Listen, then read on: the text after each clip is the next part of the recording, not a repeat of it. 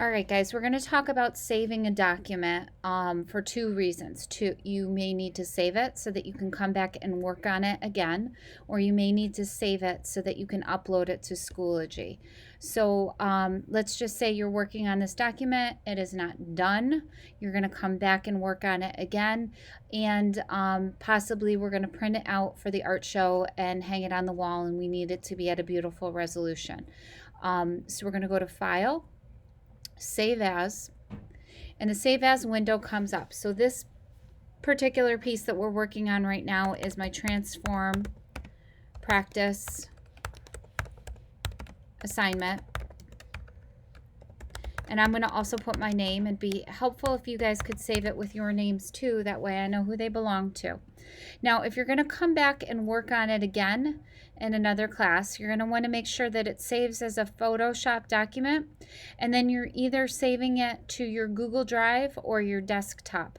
I would most likely, for most situations, it would make the most sense to save it to your Google Drive.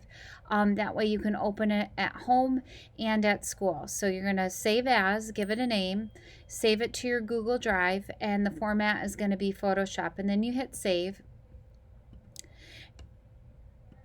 And mine had an error because I'm working on my laptop, but for you guys, you should just be able to save it right there. If you have if you're working on a laptop like I am and you happen to have an error, what you can do is you can do save as and save it to your desktop. Again, give it a name.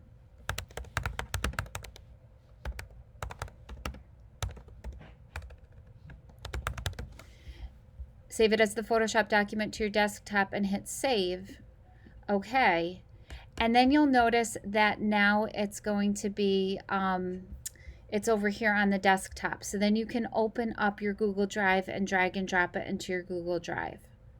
So that's how you're going to save something as a Photoshop document if you are going to need to go back into Photoshop and do it again or work on it a little bit more.